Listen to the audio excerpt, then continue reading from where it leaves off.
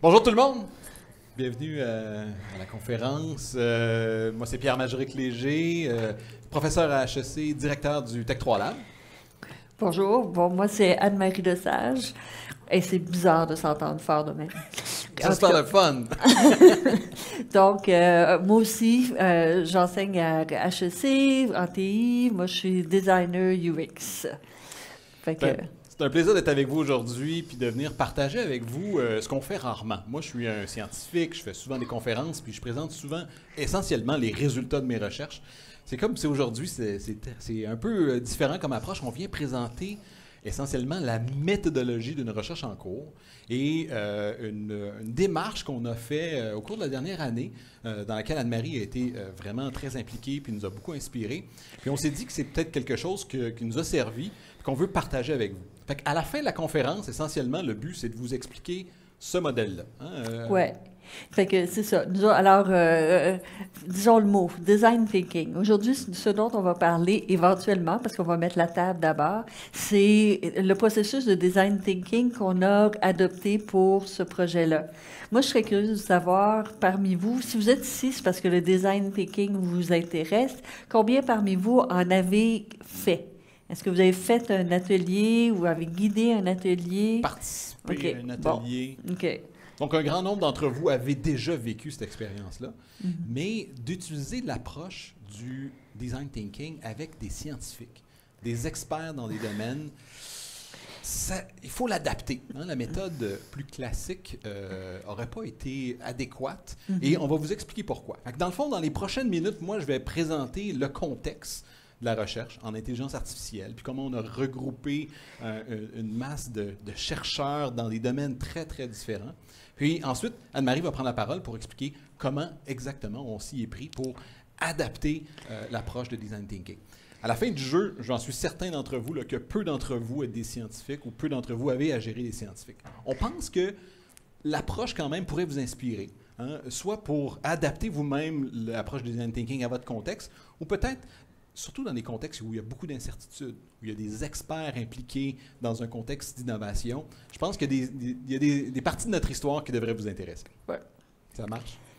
Donc, parlons un peu d'intelligence artificielle, puis je suis certain que vous écoutez les nouvelles, vous suivez les avancées scientifiques. On vit dans une époque absolument incroyable. On bénéficie d'un grand nombre de retombées, des avancées de notre connaissance dans le domaine de l'intelligence artificielle, que ce soit dans le domaine de la santé, des neurosciences, les avancées que l'intelligence artificielle permet aujourd'hui.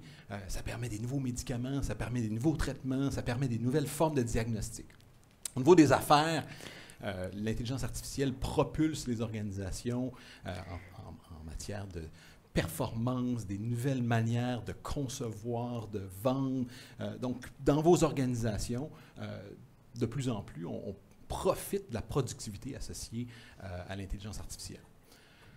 On connaît aussi les limites, peut-être les effets pervers de certains développements technologiques dans l'intelligence artificielle. On vit sur les médias sociaux dans des bulles, des chambres d'écho où essentiellement les algorithmes ont aussi un côté, disons, il y a un côté sombre de la force de l'intelligence artificielle qu'on voit, qu'on parle, et nous, les chercheurs, c'est très important qu'on s'y attarde. Et moi, comme chercheur à HEC Montréal, directeur d'un laboratoire, le Tech 3 Lab, on est membre d'IVADO. Donc, IVADO, c'est le grand chapeau, là, le grand parapluie de la recherche en intelligence artificielle à l'Université de Montréal, à HEC et à Polytechnique. Donc, j'en fais partie, mon laboratoire en fait partie. Et nous,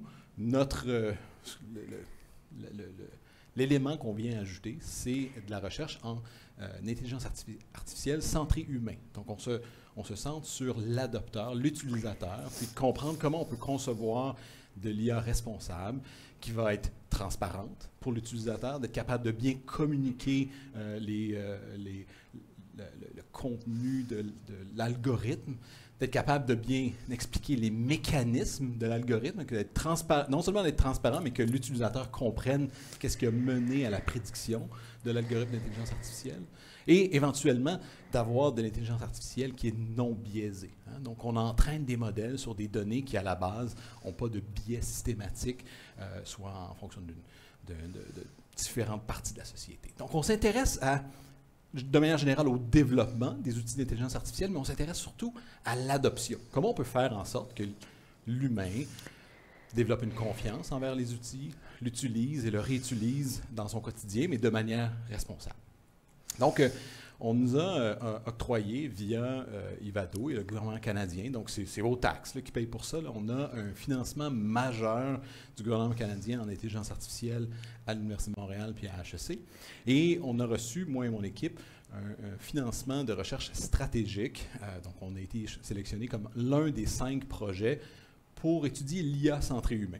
Et l'idée, c'était de regrouper le talent sur le campus de l'Université de Montréal, d'être capable de regrouper les chercheurs qui se retrouvent finalement sur l'ensemble du campus, de fédérer nos forces et d'être capable ensemble d'aller à l'intersection des domaines. Donc, c'est la mission de notre projet qui a commencé il y a 1 an, qui se termine l'année prochaine. C'est finalement d'avoir une recherche sur plein de différents aspects multidisciplinaires de l'IA, puis de se centrer sur mieux comprendre de bout en bout là, le développement de l'IA responsable. Donc, il y a 20 chercheurs plus près de 15 étudiants de doctorat impliqués dans le programme. Donc, on a un très vaste programme de recherche avec beaucoup de chercheurs impliqués.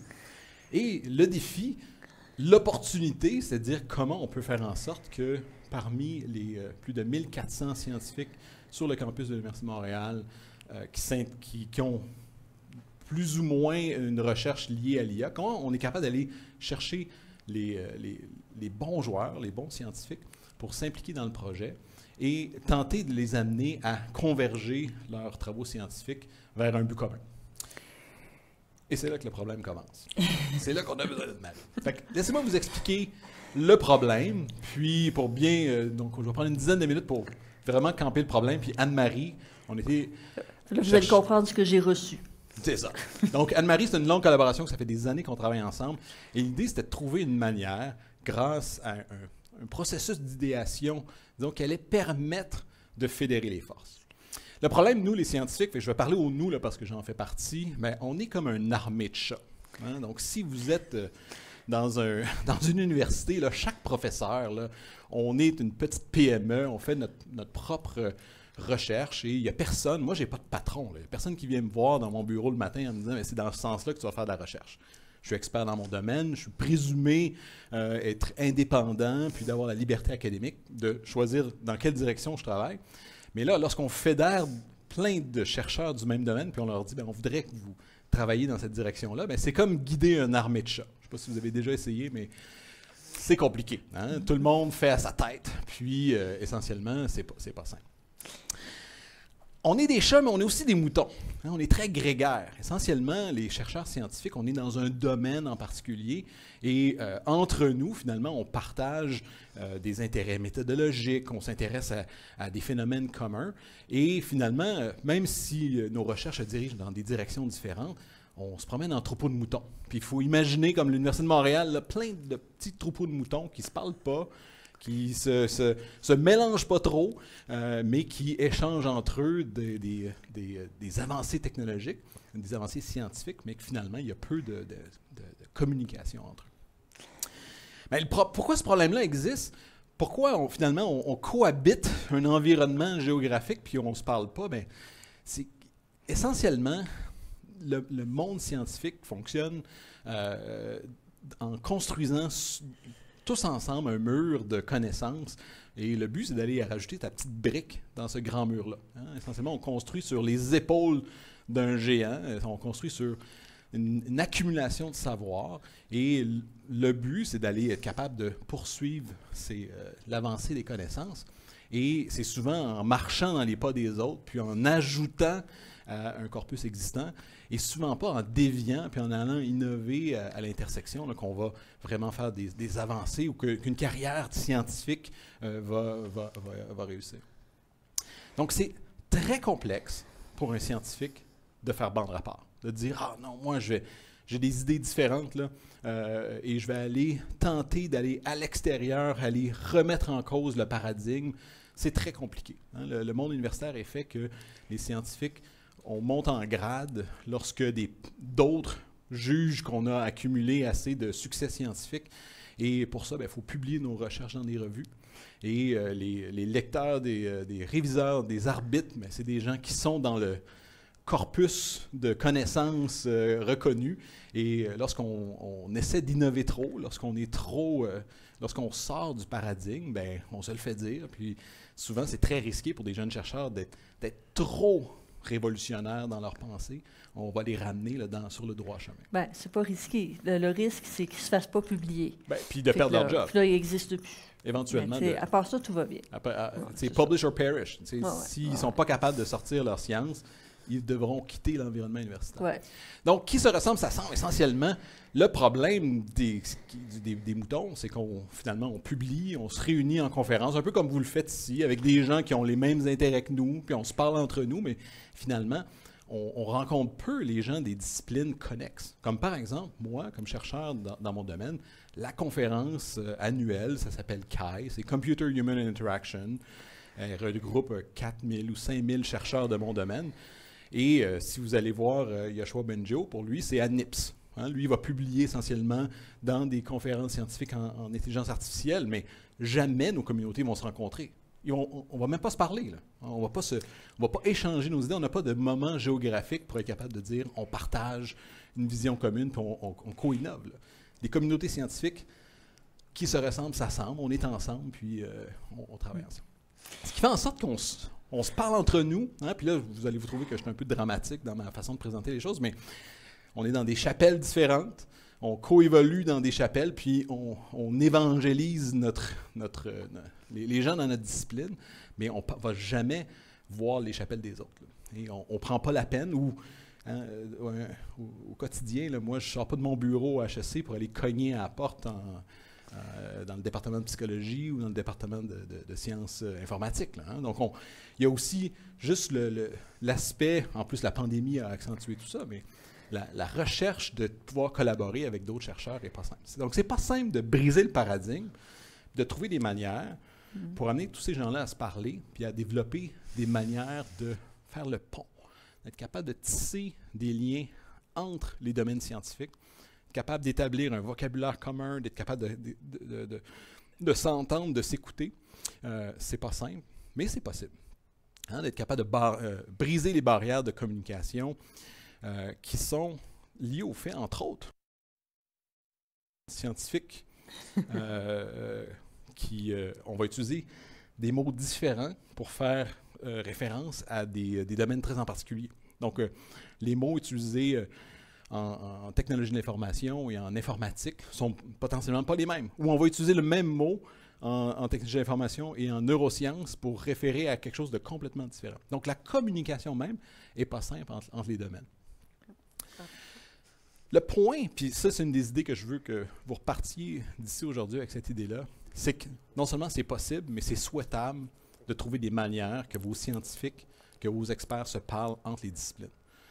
Il y a plus de 50% des prix Nobel en médecine qui ont été octroyés au cours des 100 quelques dernières années à des scientifiques multidisciplinaires. Hein. Une grande partie des prix Nobel, des plus grandes innovations de notre société, c'est des scientifiques qui ont fait le pas, tenté de briser les paradigmes, qui viennent d'un domaine puis qui amènent leur connaissance dans un autre domaine.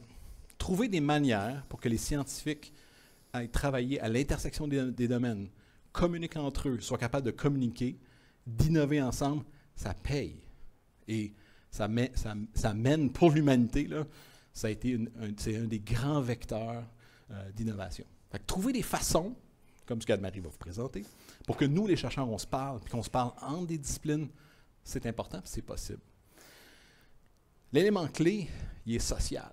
Puis vous allez voir dans la méthode proposée par Anne-Marie, c'est de développer l'écoute, Mais ça passe par, souvent, la rencontre sociale, même l'amitié entre les chercheurs, et d'être capable de le développer, de l'accompagner, c'est pas simple.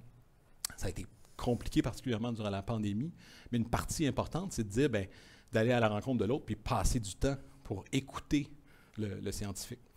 Et c'est vraiment pas une situation tout à fait facile à créer. Si vous pensez, surtout à la pandémie, pensez au nombre d'innovations qui ont été retardées. Une des conséquences de la pandémie qu'on ne verra jamais, c'est le fait que dans des conférences comme ça ici, c'est souvent pas en allant écouter un des conférenciers que vous allez avoir vos grandes idées. C'est que vous allez rencontrer des gens entre vous, vous allez prendre une bière après, puis c'est là que va s'établir une relation d'affaires, une relation scientifique.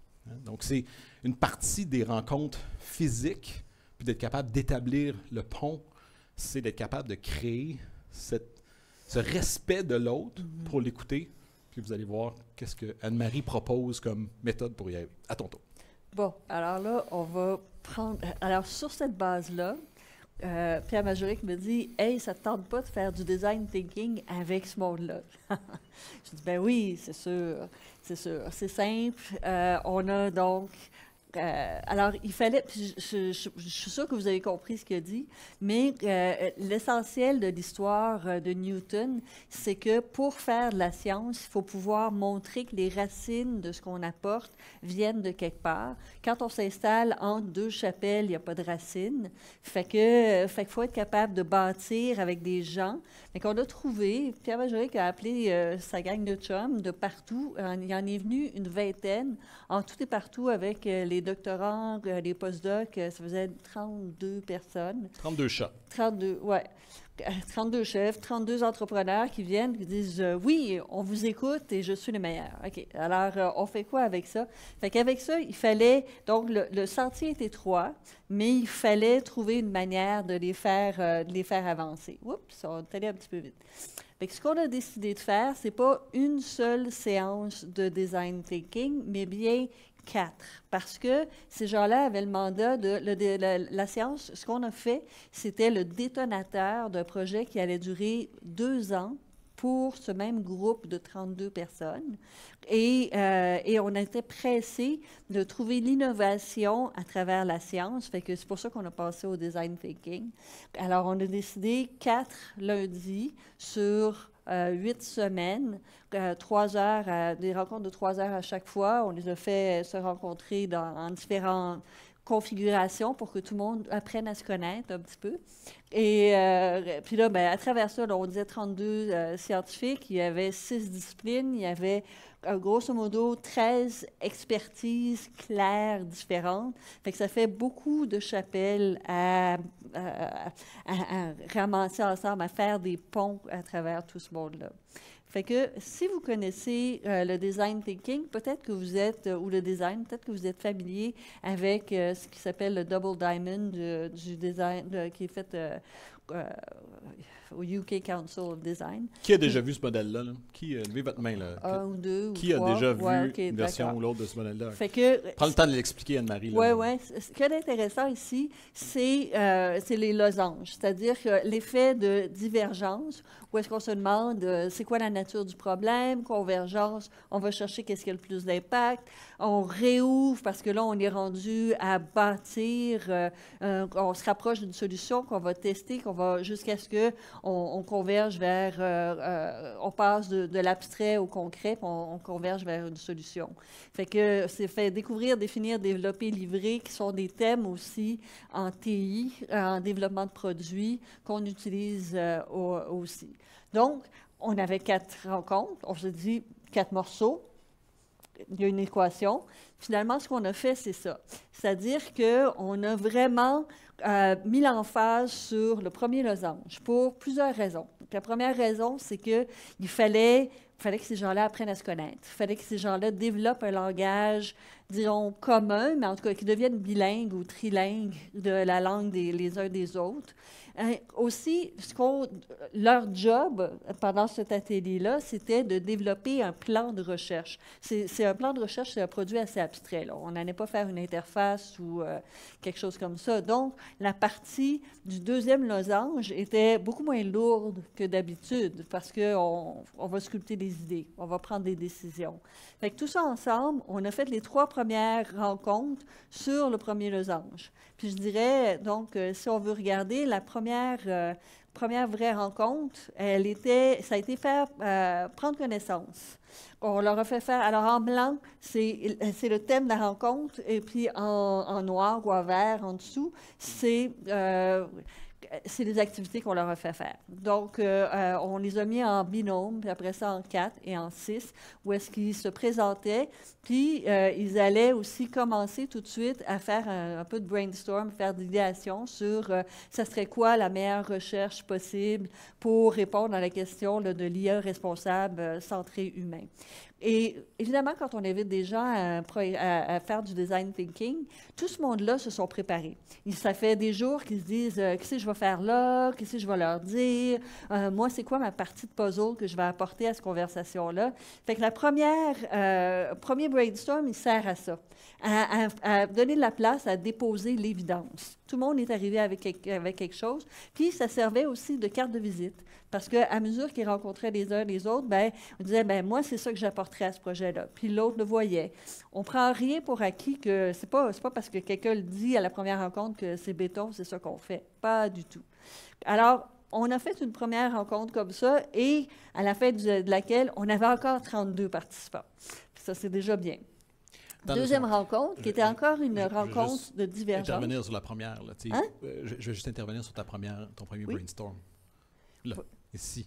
Hey, vous imaginez, là, on fait venir des gens là, de domaines extrêmement différents, là, du monde qui ne se parle pas au quotidien, qui n'ont pas la même méthodologie, la même manière de communiquer, qui ont tous des égros comme ça. Là, hein? C'est toutes des divas qui arrivent, là, qu'on les met ensemble, puis on dit on va innover ensemble, là, mais tout le monde arrive politiquement avec son idée. Tout le monde a avantage, finalement, à pas travailler à l'intersection. Là. Ouais. Tout le monde arrive avec un bagage de dire « Hey, si je suis capable, moi, de convaincre les autres de venir travailler dans mon terrain de jeu, là, il a gagné. » Il a gagné, là. Ouais. Il y a du monde comme ça à qui on a dû parler après la première rencontre pour leur dire non, c'est pas comme ça qu'on va faire. On va vraiment faire quelque chose qui est c'est pas celui qui parle le plus, qui ramasse la POC, puis là, tout le monde va aller scorer dans son but. Non.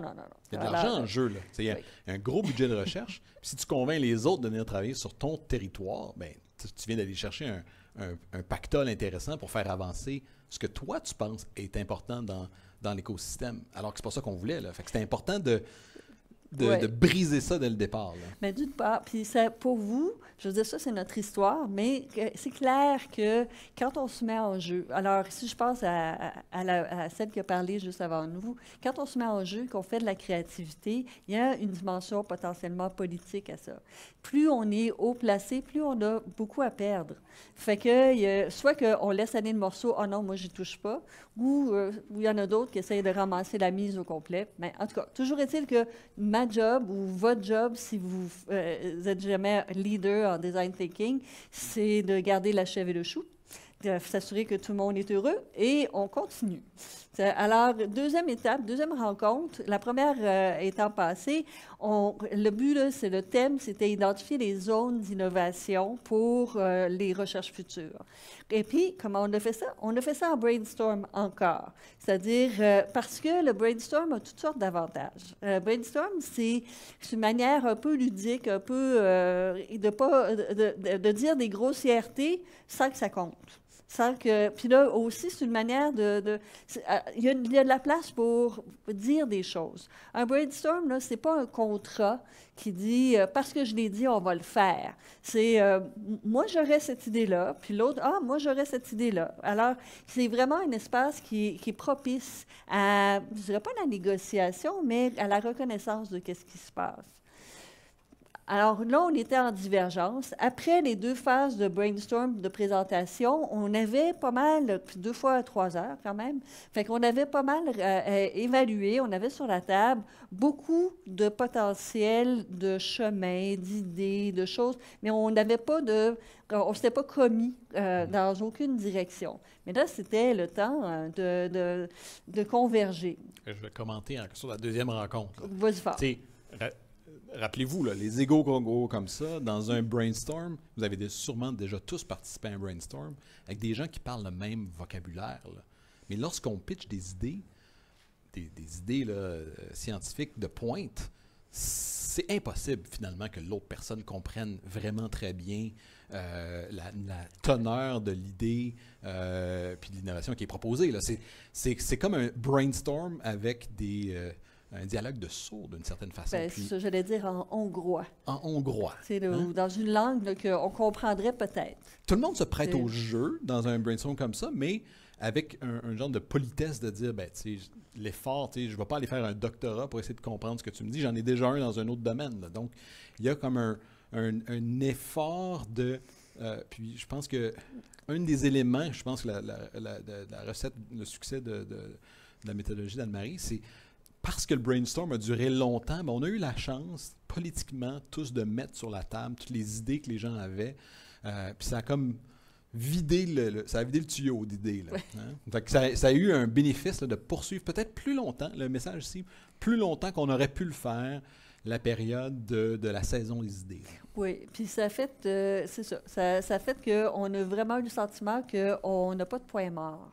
Alors, on a fait le tour. Il n'y a personne qui s'est garoché sur les 2 bonnes premières idées en se disant « Ah, je ne sais pas qu'est-ce qu'on a laissé sur la table qu'on n'a pas découvert. » Fait que arrive le moment de la convergence. Là, je veux alors, si je dis convergence, d'habitude, quand je présente les choses, convergence pour les gens, ça veut dire « Hey, c'est super, on décide, c'est l'idée 17, 34 et 2 qui était super bonne. Salut, bye-bye, on s'en va. » Mais non, la convergence, c'est pas décider. La convergence, c'est d'aller vers quelque chose de plus concret.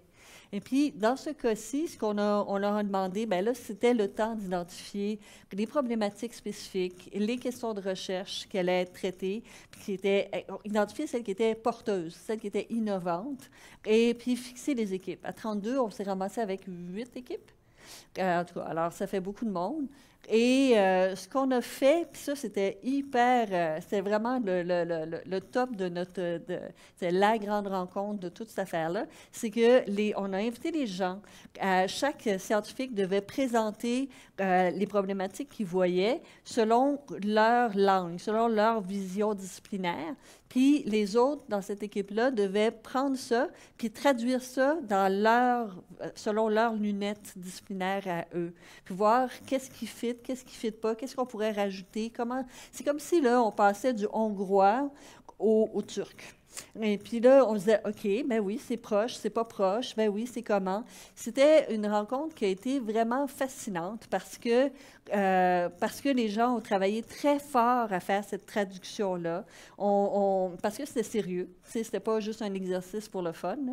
Alors, en tout cas, je vais vous en parler plus, là, mais ça a été le moment où il s'est cristallisé la vraie innovation de tout ce projet-là. C'est de voir comment est-ce qu'on peut bâtir entre les disciplines quelque chose qui soit scientifique ou scientifiquement viable en termes de cadre. Et donc, ça vaut la peine pour que ces gars-là, ces femmes-là, qui s'investissent pendant 2 ans puis ils fassent la job. Parce que techniquement, là, ils ont d'autres choses à faire quand même. Je dirais que le moment magique est là. Puis ça, c'est vraiment à retenir. L'idée, regarde ton problème avec mes lunettes. Ça marche vraiment bien. Et j'ai assisté à des conversations improbables entre des sociologues puis des informaticiens, entre des ingénieurs puis des psychologues. Ça a donné des résultats absolument magiques où dire prends ta manière de résoudre un problème, je vais te fournir mon problème, je veux dire comment toi tu l'adresserais ce problème-là. Et on a eu des surprises vraiment, vraiment intéressantes de dire ah ouais, OK. Quelle originalité d'adresser ce problème-là de cette manière-là. Puis c'est là que les bonnes idées sont arrivées. Et je pense que ce qui a bien marché, c'est parce que le brainstorm a été tellement long qu'il s'est développé un genre de respect mutuel entre les domaines. De genre, ah oui, je constate que tu as beaucoup d'idées. Hein? Tu as amené beaucoup d'idées dans le brainstorm. Je respecte ta manière de penser. Et là, au moment où on a retourné la table puis on a demandé à ces gens-là, essaie de régler le problème d'un autre avec ta méthode, il y avait un silence de respect, d'écouter l'autre puis de dire « Ah ouais, OK, c'est vraiment un angle d'attaque que j'avais jamais vraiment vu avant. » Pas juste ça. Ce qu'il y avait de magique, c'est que tous ces gens-là se sont retrouvés comme ils étaient au doctorat. C'est-à-dire que là, ils étaient vulnérables, ils étaient game, ils étaient en pleine créativité, en pleine possession dans leur expertise, mais dans celle de l'autre. Puis ils étaient complètement décroutés. Alors, laissez aller, là, puis ils se sont donnés complètement à ce truc-là. En tout cas, bref, je vous le souhaite. Parce que tous ces gens-là ont rajeuni 10 ans en faisant cet exercice-là, de sortir de leur gonde, de sortir de leur zone de confort. J'ai même des cheveux qui ont poussé, tout. C'est incroyable, ça. Pousse, mais pousse égal. Bon, OK. Fait que à la 4e rencontre, c'était assez rapide. La 4e rencontre, ça a été une rencontre où on a eu une divergence pour voir quel genre de plan de travail on pourrait faire. Puis après ça, chaque équipe s'est entendue sur la méthodologie à appliquer pour pouvoir mener à bien ça. Rendu la 4e rencontre, le bébé était accouché. Il s'agit juste de le rendre concret. C'était vraiment pas... C'était simple. Ça, rendu là, on se pétait les bretelles. On était fiers. Mais moi, j'ai été surpris de la rapidité de la dernière phase. Normalement, ça prend beaucoup plus de temps que ça, cette deuxième boucle d'itération. Mais moi, ce que j'ai vu émerger, peut-être vous avez entendu l'expression de passer de design thinking à design doing. Et c'est vraiment là que les équipes scientifiques se sont emparés des idées. Il y avait vraiment une urgence d'agir parce que, tu sais, il y a aussi l'idée qu'on est, comme scientifique, on est en compétition contre d'autres équipes de recherche. Là. Si tu as une bonne idée, ça ne sert à rien d'attendre. Fait que les projets ont parti sur les chapeaux de roue. Puis, c'est comme si on avait tassé l'animateur. Hein? Ton rôle s'est dissipé à ce moment-là. Oui. Et les équipes étaient devenues autonomes dans leur besoin d'attaquer rapidement les problématiques identifiées. Fait que je voulais... Là, je retourne en arrière. Où est-ce qu'on est rendu? Ah, OK. Donc, si on regarde ça ensemble, je voulais juste revenir un petit peu sur l'importance du brainstorm comme un outil qui est vraiment intéressant. Parce que oui, des fois, à partir d'un brainstorm, on a une première bonne idée qui est incroyable, puis qu'on va utiliser. Ça arrive pas souvent, mais c'est en fait la valeur du brainstorm, c'est pas tant ça que ce que c'est un type de données. C'est comme aller chercher de l'information anthropologique sur qu'est-ce que les autres pensent, qu'est-ce qui est acceptable pour les autres, comment ils voient. Fait que quand on écoute qu'est-ce qui se passe au brainstorm, on apprend sur nos partenaires de jeu. C'est une place pour apprendre à danser avec ces partenaires-là. Pour nous, c'est important parce que le projet va durer 2 ans. C'est une place aussi pour être vulnérable et c'est une place de jeu où est-ce qu'on peut proposer des choses sans que ça ait une conséquence. Fait que pour toutes ces raisons-là, le brainstorm est vraiment un bon outil d'exploration. Évidemment, il y a plusieurs techniques. On en a utilisé plusieurs parce que les différentes techniques, c'est un peu comme des allumettes. Il faut les renouveler pour que ça soit frais, pour que les gens puissent embarquer. On en parlera après si vous voulez, mais pour le moment, on va garder ça comme ça. Converger, ça a été vraiment intéressant. Je pense que l'ingrédient clé, ça a été de les garder hors de leur zone de confort de manière volontaire. Ça fait que ça, il ne faut pas qu'ils reviennent dans leurs chaussures, pour pas qu'ils se mettent dans leurs habitudes. C'est le même, c'est le même, c'est le même, parce que sinon, ça devient décidé. C'est plus une convergence créative. Après ça, on identifie les solutions potentielles pour toutes les équipes, puis on passe donc de la théorie au concret. Et puis ça, on l'a fait par des exercices de regard externe, c'est-à-dire qu'on prenait des gens de différentes équipes, on les remettait dans d'autres pour que les équipes aient du feedback, puis s'assurent de ne pas échapper des angles morts, des problèmes là, qui auraient pu se glisser dans leur plan de travail. Non. Mais je voulais témoigner on a presque plus de temps, hein, by the way. Quelle heure, hein? Non, mais je dis ça comme ça, là. Il est 3 heures. Et ils sont où, les cartons? Il reste 5 minutes avant les questions. Oui, OK, on est correct. Ah, ouais. Mais je veux juste témoigner du fait que le processus a quand même mené à la création de 8 équipes scientifiques multidisciplinaires. Donc, quand de gens d'HEC, Polytechnique, Université de Montréal, des gens qui ne se seraient jamais rencontrés. Et la grande surprise, c'est qu'un an plus tard, 7 des 8 équipes fonctionnent très, très bien et mènent. Il y a des résultats absolument impressionnants là, qui ont émergé un an plus tard de ces projets-là. Il y a une équipe qui a implosé. Ah. Il y a une des 8 équipes qui n'a pas été capable de survivre après le processus. C'est compliqué, là, de travailler à l'intersection des domaines puis d'avoir des gens qui ont des opinions différentes sur comment faire les choses. Fait que ça reste que c'est une excellente recette. Je vous la recommande dans des contextes avec des chercheurs, des experts de domaine. Mais je témoigne du fait que certaines des équipes ont eu la difficulté à survivre longtemps cette dynamique-là, souvent peut-être tendue de voir les problèmes différents, avec un œil différent. C'est beaucoup de communication pour que ça marche. Fait que le rôle des participants dans le design thinking, c'est d'assumer leur expertise. On les a invités là parce qu'ils ont une pièce, quelque chose qu'on a besoin de savoir d'eux. Deuxièmement, c'est de rester ouvert, d'être d'accord, de rester hors de leur zone de confort. Puis, troisièmement, c'est de rentrer en discussion, c'est-à-dire d'être capable d'écoute, puis de vraiment écouter, de vraiment travailler à essayer de décoder le hongrois. Là, le rôle des leaders, puis je n'étais pas la seule leader, vous vous doutez bien, et c'était d'être capable de les encadrer, de les challenger, mais aussi de connaître assez ce domaine-là pour être capable de faire une distinction entre des silences de cogitation intense, puis des silences de on a tout dit ce qu'on avait à dire, puis d'être patient pour ces moments-là. Puis ici, le silence, c'était assez intéressant parce que l'importance des petites choses. Le silence, là, c'était un outil important qui était anormal pour des séances de design thinking. D'habitude, le design thinking, c'est un petit peu comme du popcorn. Il y a une ébullition, il y a du bruit, il y a des post-it. Il y a toute une espèce de zoo qui vient avec ça, alors que là, il y avait des conversations rigolotes, drôles, un peu à cloche-pied, hyper sérieuses, tout ça en même temps. Puis, quand c'est comme ça, bien, il faut respecter là où nos participants sont. Si vous êtes dans une situation semblable, vous êtes dans votre propre domaine avec des gens que vous respectez, bien, vous allez avoir le bon filon, la bonne intuition pour savoir quand est-ce qu'un ou un autre a besoin de temps. Alors, j'avais ramassé les 3-4 insights là, qui viennent de ce projet-là. Donc, gardez les participants légèrement en déséquilibre, légèrement parce que quand c'est trop, ils débarquent. Ils décrochent. Mais parce que, comme on l'a vu dans la présentation précédente, quand on est dans ce déséquilibre-là, hors de sa zone de confort, c'est l'espace dans lequel on est créatif. Dans l'espace où est-ce qu'on cherche ses repères, où est-ce qu'on travaille, où est-ce que tout d'un coup, là, les choses ne sont pas naturelles et donc tout peut arriver.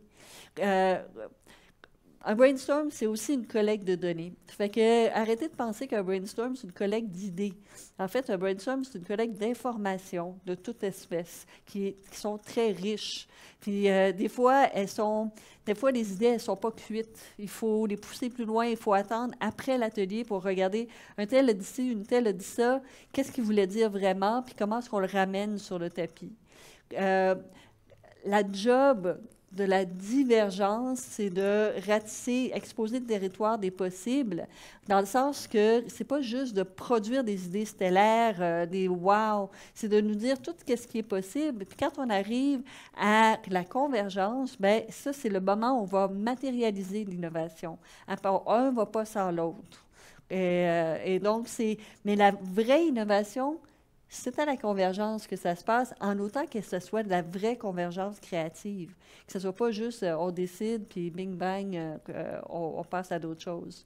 Fait que si je veux vous faire un résumé rapide, donc diverger, c'était faire connaissance, bâtir avec la confiance, c'était trouver le respect réciproque, c'était ratisser, faire sortir les possibles. Après ça, la convergence, pour nous, ça a été vraiment le moment d'innovation. Puis, le dernier bout d'information, ce serait que assurez-vous de faire la convergence dans une rencontre séparée parce que vous allez vous brûler, on se brûle à faire toutes ces choses-là, là, c'est épuisant cognitivement. Fait que ayez du plaisir, allez all out sur la divergence au début, puis revenez frais avec votre équipe, puis faites la convergence parce que si elle est bien faite, elle va demander du jus, puis c'est là qui est vraiment la goutte d'or de votre projet. Fait que privez-vous pas. Je pense que ça fait le tour. Mais, je voudrais remercier ma collaboratrice Anne-Marie parce que, comme groupe de chercheurs, avoir eu la chance de collaborer avec quelqu'un qui a fait du design thinking depuis quelques années. On va pas qui avait loin, beaucoup d'expérience à le faire dans le domaine du UX, dans le domaine des produits. Il y avait un effort aussi de la part d'Anne-Marie de travailler avec nous puis d'adapter la méthode, mais le résultat est absolument spectaculaire. Puis on est donc à mi-chemin là, dans l'ensemble de ces projets-là. Et je peux vous dire là, que travailler à l'intersection des domaines puis aller chercher les forces vives là, de gens qui, parce que tout le monde a sa manière de penser, être capable de les amener puis à converger ensemble, ça fonctionne, ça donne des résultats. Et on sera très heureux de revenir l'année prochaine, peut-être à vous expliquer ce qu'on aura découvert dans ces projets-là. Merci beaucoup de votre attention, puis on a du temps pour les questions. Merci. Je pense qu'il y a une question là-bas.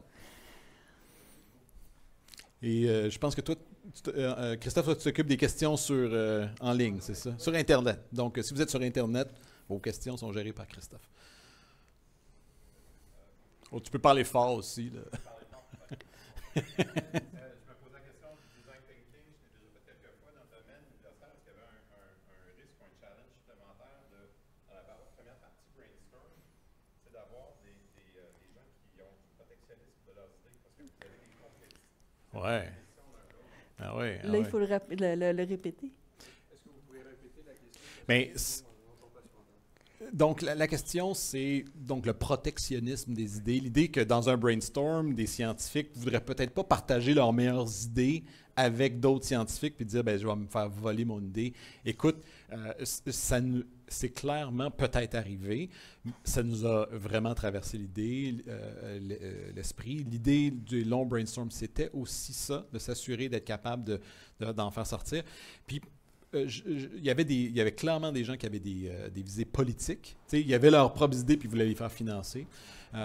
Mais je pense qu'à la fin, la durée puis aussi la confiance qui s'est instaurée, c'est au-delà de la science. Là, il y a des amitiés, je pense, qui ont émergé de ça. Puis ça a peut-être permis à certaines 18 de s'ouvrir. Donc, c'est un excellent point. Là. Moi, je dirais que je soupçonne que certaines personnes ont vu dans la discussion un espace pour protéger leurs meilleures idées et participer aux idées naissantes du groupe en même temps.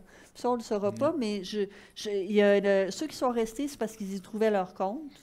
Puis il n'y a pas personne qui a le sentiment là, de s'être fait voler quelque chose.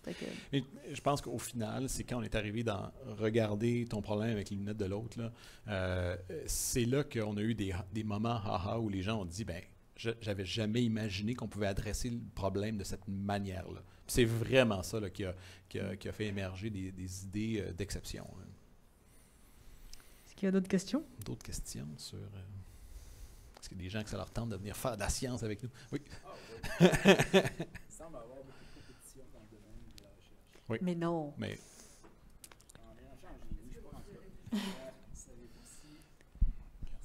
Il semble avoir beaucoup de... Oui, je comprends le feedback de tantôt. Donc, il semble avoir beaucoup de compétition dans le domaine de la recherche. Est-ce que vous savez, selon votre perception, si dans d'autres villes, dans d'autres pays, il y a la même idée que vous mettez de l'avant? Ah ouais, c'est ça. Écoute, c'est un excellent point. Fait que, c'est vraiment le time to market pour nous, c'est le time to publication. C'est d'amener ton idée le plus rapidement à une revue scientifique, d'être le premier à publier sur le domaine. Puis ça, c'est sans compter le fait que lorsqu'il y a des éléments qui peuvent être brevetables ou autres, là, bon. Mais mettons qu'on se limiterait uniquement à l'aspect scientifique. Là. Publication, grand public, c'est d'ailleurs financé par le gouvernement fédéral. L'idée, là, c'est que c'est au bénéfice des Canadiens. L'élément clé ici, c'est la manière d'amener l'idée de pas, évidemment, il y a plusieurs éléments à prendre en compte. Là. Il y a des étudiants de doctorat qui, eux, doivent finir. Fait qu'eux doivent pouvoir publier leur thèse, doivent aller en conférence internationale, être capables de partager leurs idées. Ça fait partie aussi de la formation qu'on veut donner aux futurs chercheurs. Donc, maintenant, il faut accepter là, que partie des idées doivent être communiquées avant, de les envoyer dans des journaux, mais aussi, c'est une façon d'aller planter des drapeaux. Hein? Si je travaille sur un domaine, puis que je ne veux pas que les autres commencent à travailler dans un domaine, d'aller dans une conférence puis de dire, ben, je vais vous partager partiellement les résultats, mais là, je plante un drapeau dans le sable. Puis c'est aussi une manière de dire de communiquer aux autres, ben, tu sais, ce territoire-là m'appartient. Mais c'est aussi une excellente façon de se faire voler des bonnes idées. Là. Fait qu'il y a comme un trade-off à faire. En même temps, on est compétiteur dans la mesure où on veut publier, puis on est dans un domaine où si on ne publie pas, ben, on périt. En même temps, on est tous là ensemble dans l'humanité à faire avancer la connaissance. On n'est pas en compétition contre d'autres types d'humains. Là. On est là tous ensemble, les humains ensemble, à essayer de faire avancer la connaissance. Mais individuellement, les gens, c'est sûr qu'il y a des calculs stratégiques qui sont faits dans des gros projets comme ça. Mais lorsque ces décisions sont prises, c'est souvent pour assurer que les étudiants de doctorat terminent puis aient tout le bagage nécessaire pour aller se trouver des postes de prof dans les meilleures universités. Là. Excellente question. J'ai une question. Ah. Oui. Je vais me permettre de la poser, j'ai le micro. Oui, vas-y. Une question, si c'était à recommencer, que feriez-vous de différent? Anne-Marie, la question est pour toi.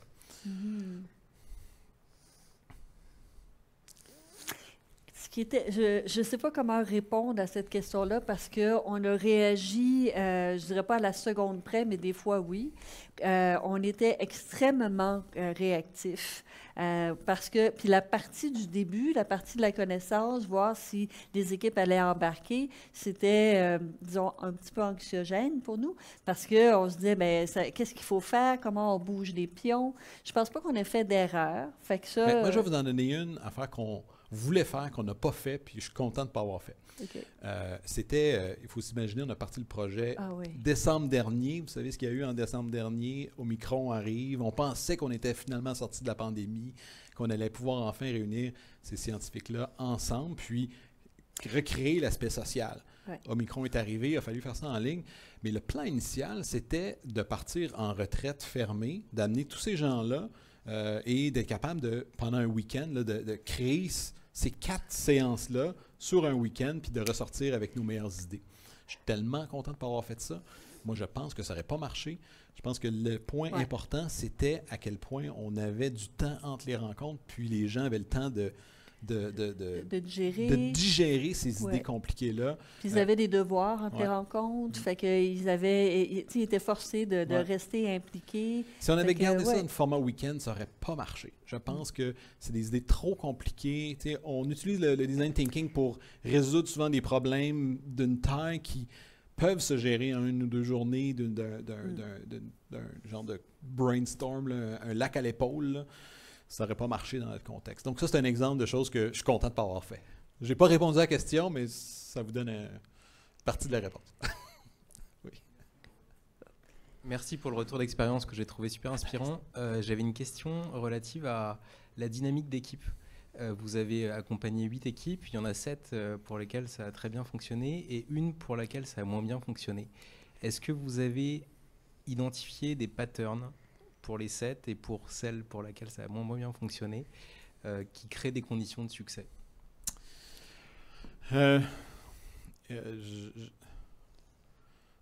Non. Mais il y avait une divergence d'idées d'une approche d'ingénierie, là, d'attaquer le problème à des niveaux tellement différents que ce qu'on a fait finalement, on les a pas virés, là, nos chercheurs. On leur a dit, vous travaillez dans des équipes séparées, là. Vous ne serez pas capable de converger. C'est comme s'il y en avait là, qui étaient à un niveau là, galactique, puis l'autre à un niveau microscopique, là, puis ils ne parvenaient pas là, à converger. Ils étaient constamment à tenter ils perdaient leur énergie finalement à se ramener à un niveau méso qui ne servait à rien. Là. Donc, on les a séparés. Là. Mais j'ai pas de pattern autre que le fait que c'était peut-être trop loin. C'était trop ambitieux d'amener cette équipe-là à converger vers un niveau qui finalement aurait juste donné un produit fini intermédiaire sans saveur. Là. Parce que tu comprends que le projet a été dissous, mais les participants se sont rejoints à d'autres équipes.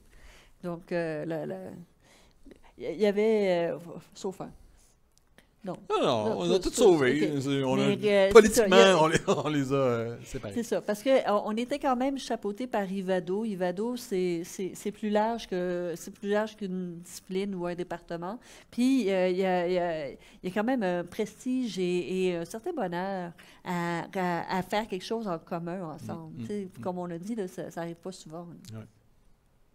Je pense qu'il y a une question ici. Ce que vous avez présenté, c'est bien mignon, mais ça ne s'applique pas dans tous les domaines. Ouais. Einstein, Maxwell, Schrödinger, ils travaillaient en silo, totalement isolés. Ouais. Newton et Riemann ont développé des théories de l'intégration mathématique identiques, Un en Allemagne et en Angleterre, simultanément. Et ils ne se parlaient pas. Et c'est probablement vrai pour la médecine, la mécanique, l'ingénierie, mais certains domaines comme les mathématiques et la physique fondamentale... Encore de nos jours, la mécanique quantique, la physique fondamentale a évolué dans un milieu où il faut des laboratoires et des équipements sophistiqués. Et donc, c'est forcément du travail en équipe. Mais ce n'est pas toujours le cas. Et les mathématiques, ça reste... Je suis complètement d'accord avec vous. Ouais. L'idée ici, là, peut-être le message, puis je ne prétends pas du tout là, que c'est une méthode universelle qu'on vous propose aujourd'hui, mais l'idée ici, c'est que la pensée magique n'est pas suffisante pour amener des gens qui ne sont pas susceptibles de se rencontrer, qui travaillent sur... Géographiquement, le campus de l'Université de Montréal, c'est grand. Là. On pourrait se rencontrer au café, là, mais pourquoi on se parlerait? On n'est pas du tout dans le même domaine. Pas. Et de créer des opportunités pour amener minimalement ces gens à se parler, dans le fond, c'est rare. Là. On a rarement, je vous assure, là, ça fait 20 ans que je suis professeur d'université, là, puis on n'avait pas eu d'occasion, de financement capable d'amener des gens de différents domaines à dire... Est-ce qu'il y a un potentiel d'innovation à l'intersection de vos domaines? Puis la réponse est oui. Fait que, tu sais, ça s'applique-tu dans tous les domaines? Probablement pas. Mais il y a des innovations qui ont émergé de ça qu'on n'aurait pas vu le jour et de peut-être faire l'effort, tu sais, puis dans vos différents domaines, là, comment appliquer ça, c'est à vous d'y réfléchir, mais de faire l'effort d'amener les gens à socialiser. Tu sais, la science, c'est social. Puis de garder ça en tête, là, de créer les rencontres imprévues, ça marche. Oui. Puis moi, je dirais que c'est peut-être pas... On est d'accord de ne pas être d'accord. C'est que ça ne s'applique pas nécessairement juste à des domaines, ça s'applique à des occasions. Si on cherche, nous autres, ce qu'on cherchait, on avait besoin d'un détonateur pour accélérer cette prise de contact-là. Alors, on aurait pu, je veux dire, le travail qu'on va avoir fait en 2 ans, quelqu'un d'autre pourrait le faire, juste pour ça, dans un peu plus de temps. Mais ça nous a aidé à accélérer les choses, puis à les stimuler, à aller chercher l'information qu'on n'avait pas. D'autres idées, d'autres questions? Oui? Attends, s'il vous plaît. Déplace avec le micro. Pour nos amis d'Internet. Pardon. Oui, ma question à moi, je suis intéressé de savoir vraiment le détail de ce que vous avez fait parce que on travaille l'année prochaine. J'ai hâte de voir ça parce qu'on a une équipe de chercheurs qui développent des algorithmes d'intelligence artificielle et de deep learning, machine learning, etc. Après ça, ils nous le ramènent à nos outils pour les opérationnaliser. Puis souvent, on doit refaire le travail. Donc, j'essaie de voir comment on va passer à travers ça pour partir du même pied dès le départ pour pas qu'on ait à rebâtir par après. Mais c'est honnêtement, ce moyen-là s'appliquerait tellement à vous. Mais fait que je dirais que, alors sans aller dans le détail, il y a une question de prendre le temps, de développer des habitudes. Puis, bon, ben, si vous voulez, on parlera d'activités spécifiques, mais ça prend une espèce de jeu de cartes d'activités différentes qu'on peut sortir à droite et à gauche. Puis ce jeu de cartes-là, il n'est pas ésotérique. Là. Vous faites Google, design technique, design thinking technique. Puis là, il y a toutes sortes d'articles qui vous... Moi, en tout cas, c'est là que je les prends. Fait que je magasine, je regarde, laquelle qui fit ici, puis et voilà. Mais on reviendra avec les résultats scientifiques. Là. Aujourd'hui, c'était surtout la métaux. J'espère qu'on vous a excité en parlant de métaux. C'est généralement pas le type de conférence que je donne, mais nous, on trouvait que le résultat valait la peine de partager. Peut-être que dans vos milieux, avec vos experts, vos scientifiques, vous vivez cette problématique-là. Puis peut-être que j'espère que vous revenez à la maison avec une adaptation de la méthode. Je vous invite à continuer de l'adapter. Cette méthode-là, elle est très efficace. Il y a une dernière question? Question de Lucie. Comment avez-vous choisi vos participants en étant des experts différents? C'est une bonne... Ben, écoute, Lucie, c'est sûr qu'on est donc sur le campus. C'est tous des membres d'Ivado. Il y a 1400 chercheurs, scientifiques, étudiants de doctorat qui font partie de la communauté Ivado. Dans notre domaine, l'idée, c'est que ce financement-là du gouvernement canadien s'intéresse à toute la variété de dimensions liées à l'intelligence artificielle. La partie qui implique les humains, bien, ça implique nécessairement des chercheurs qui ont ce lien-là avec l'humain, l'utilisateur en psychologie, en neuropsychologie, en technologie de l'information, en génie industriel, en interaction humaine-machine. Donc, naturellement, c'était des membres Ivado qu'on a invités à venir jouer le jeu. Puis, ben, on a gardé ceux qui ont voulu jouer le jeu. Là. Je ne vous cache pas le fait que certains chercheurs n'ont pas souhaité, voulu, étaient intéressés par cette idée-là. Peut-être parce que, pour la raison que le monsieur, vous tout à l'heure, vous avez mentionné, certains chercheurs ont dit, ben moi, je préfère garder mon idée à moi puis travailler sur mes propres travaux. Là. Donc, peut-être qu'il y a aussi une caractéristique de gens qui aiment être confrontés à l'autre puis qui croient là, que l'innovation est à l'intersection des domaines. Merci. Merci à tous. Merci de votre présence aujourd'hui. Merci Anne-Marie. Merci. C'est cool ces micros-là, hein? ça fait rockstar. Je fais ça dans mes cours, moi. J'aime ça. Bonjour. C'est super intéressant.